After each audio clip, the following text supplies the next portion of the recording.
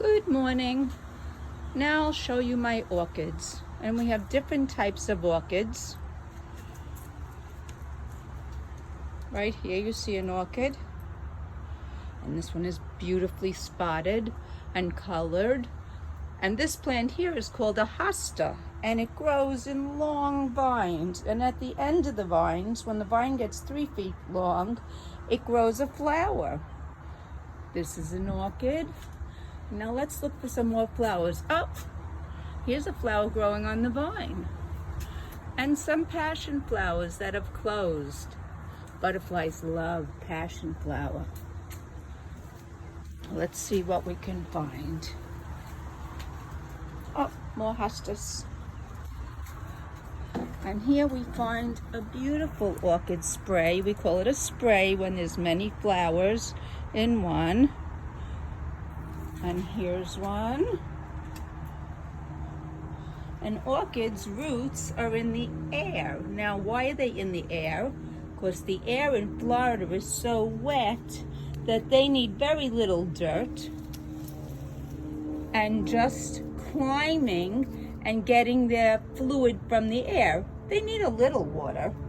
This is a vanilla plant. Did you know that the flavor vanilla comes from this orchid? It gets a bean on it, and then they grind up the bean and they make vanilla. So this here is a vanilla.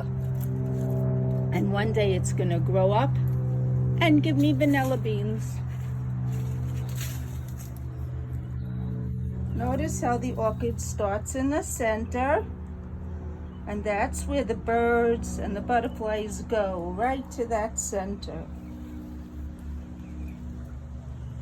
And each orchid has its own unique shape.